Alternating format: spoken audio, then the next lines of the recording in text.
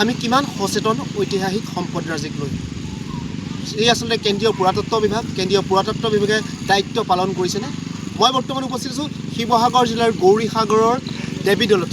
1724 খ্ৰীষ্টাব্দতে বৰাহানি ফুলেশ্বৰী কৰি নিৰ্মাণ কৰা হৈছিলে এই দেৱীদৌলটো। মই সতীৰ্থ কেমেৰা পাৰ্চনক সামগ্ৰিক পৰিৱেশ দেখাবলৈ অনুৰোধ জনাম। এনেদৰে এতিয়া আচলতে যি দেৱীদৌলৰ দেৱাল আছে, দেৱালসমূহত শেলুৱৈ ধৰিছে।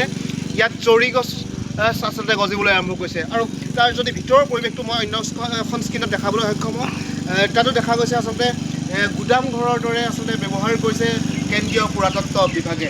জৰি গছৰ শিপাই আচলতে চানি ধৰিছে ইয়াৰ মজিয়াসমূহ। মোৰ লগত প্ৰায়সমূহ ছাত্ৰ সন্থাৰ কৰ্মকৰ্তা আছে। মই পোনে পোনে আপোনাৰ ওচৰলৈ আহিবলৈ চেষ্টা কৰিম।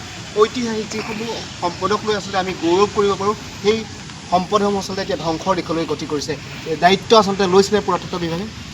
পুৰাতত্ব বিভাগে আচলতে গৌৰীসাগৰৰ যিখিনি দৌল দেৱালয় বা বৰপুখুৰী আছে, বিভিন্ন সময়ত আমি দেখোঁ পুৰাতত্ব বিভাগে আচলতে যিটো দৃষ্টি দিব লাগে সেইমতে দৃষ্টি আচলতে নিদিয়ে। শেহতীয়াকৈ আজি আটাইতকৈ ডাঙৰ এটা দুৰ্ভাগ্যজনক খবৰ যে ইয়াৰ যিজোপা বৰগছজোপাৰ শিপাই গৈ দেৱীদৌলৰ ৱালবিলাক ফালি তাৰ ভূগৰ্ভত আচলতে শিপা গৈ ওলালেগৈ। তেনেকুৱা এটা অৱস্থালৈ গতি কৰিছে। তথাপিতো কিন্তু কেন্দ্ৰীয় পুৰাতত্ব বিভাগৰ খবৰ নাই।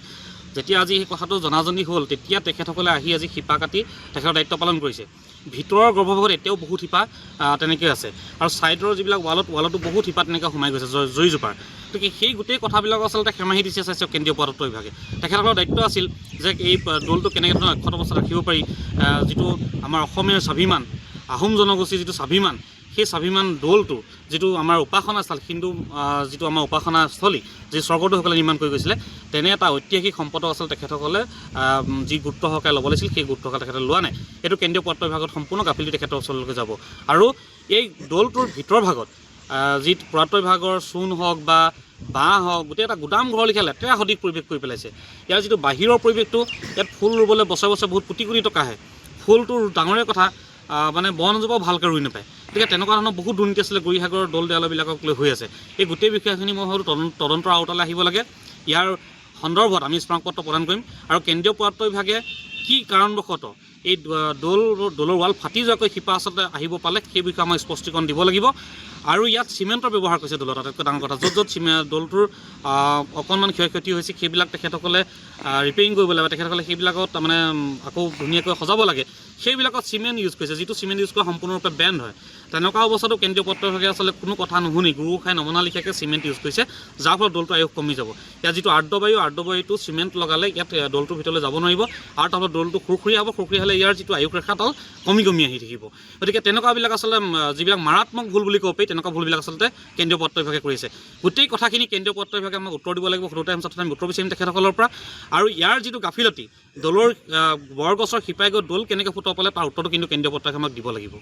নিশ্চিতভাৱে মই সতীৰ্থ কেমেৰা পাৰ্চনক দৌলটো পুনৰ দেখাবলৈ অনুৰোধ জনাম। দৌলটোত দেখা গৈছে আচলতে দৌলটোৰ যি ওপৰ অংশ বহু অংশত আচলতে জৰি গছ গজিবলৈ আৰম্ভ কৰিছে, শেলুৱৈ ধৰিছে।